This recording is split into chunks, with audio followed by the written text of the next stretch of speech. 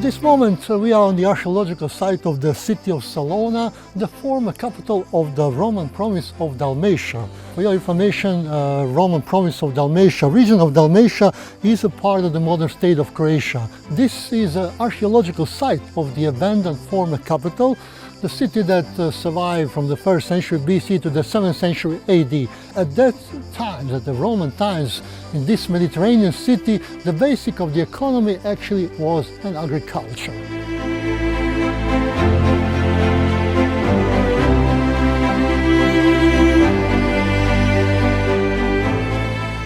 On this archaeological site of the Salona, of the cemetery of the city of Salona, we actually have a proof of this agriculture activity, this region. We can see here the mill for producing the olive oil, one of the most important products of those times in this Mediterranean region of Dalmatia, and this is the way how the people traditionally produce the olive oil, the same as it even today.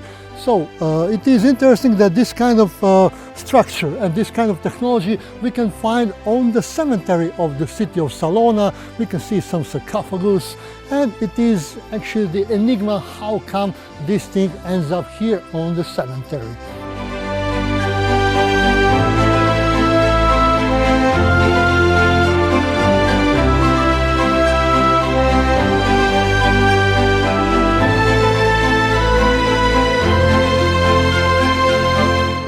We saw the cemetery of the city of Salona. Now, actually, we are going to walk to the downtown, to the city of Salona, on the location, so-called early Christian complex, where we have here in Salona the very beginning of the Christianity, the end of the 3rd and the beginning of the 4th century AD.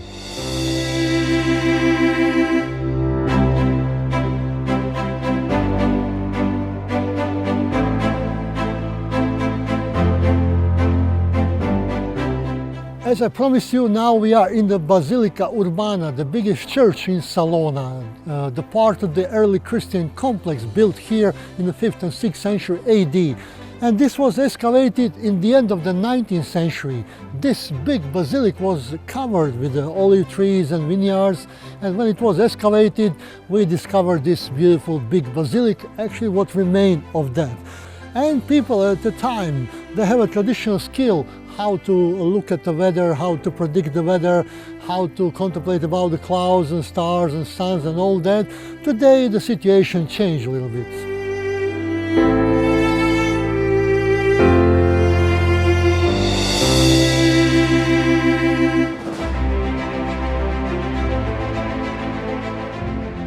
In the past, farmers look to sky and ask themselves, will there be rain or frost? Will disease destroy everything? And today, technology gives them more opportunity to skip that part and to be one step before all these bad things in agriculture.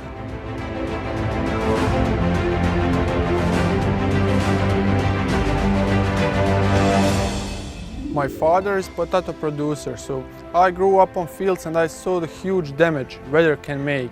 Due to climate change, plants become more sensitive and more prone to disease or frost. Farmers treat it with a lot of pesticides, but due to bad timing and lack of information, they treat it too early or too late. I saw that technology can solve this problem. If farmers have real-time and precise information direct from their field, they can act in time and save their crops. eAgrar offers them real-time and precise information direct from their field, and that enables them to treat it more precisely with less pesticides and less water. Our IoT devices, sensor devices, measure data from field. They measure, for example, temperature and humidity of air, soil moisture, amount of rain and other things. All these data are saved to our web application and analyzed using our advanced algorithms.